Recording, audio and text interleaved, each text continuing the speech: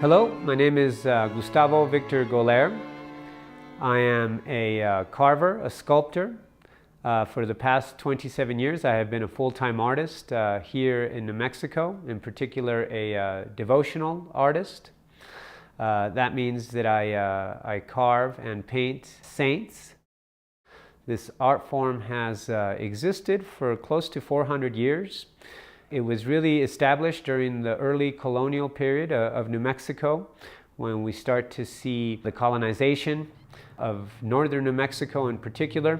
During this time, it was very difficult to bring up materials from Mexico through the desert, and so there was a demand that was really created in regards to the saints, as people wanted to worship and they wanted to venerate as part of their culture.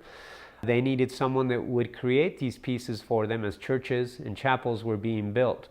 So today in New Mexico we find over 300 or 400 artists that work in this particular medium. It is something that is unique to New Mexico, this history of saint making, and certainly it is something that's unique across the United States, and that there's such a rich history of this cultural art form here in New Mexico.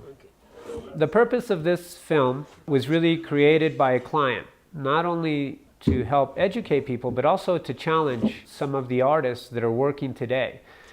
In his challenge, he required that it be a complex theme, that it would be a large piece that would require a lot of forethought, and that it would be technically complex.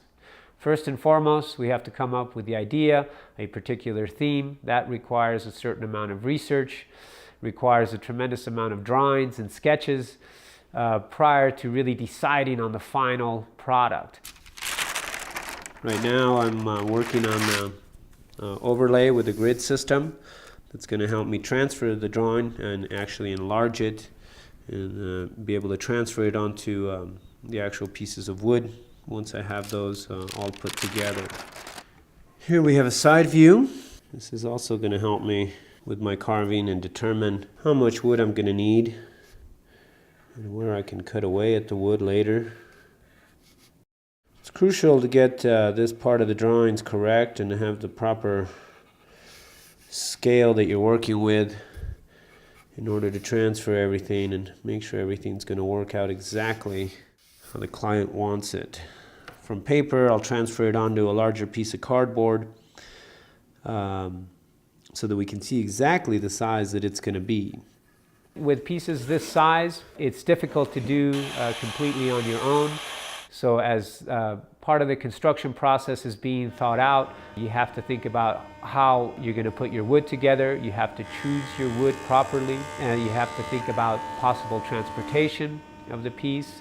This is a very challenging construction, and it will take about a little over a year to complete. So we're in the process here of getting ready to put all our prepared blocks together.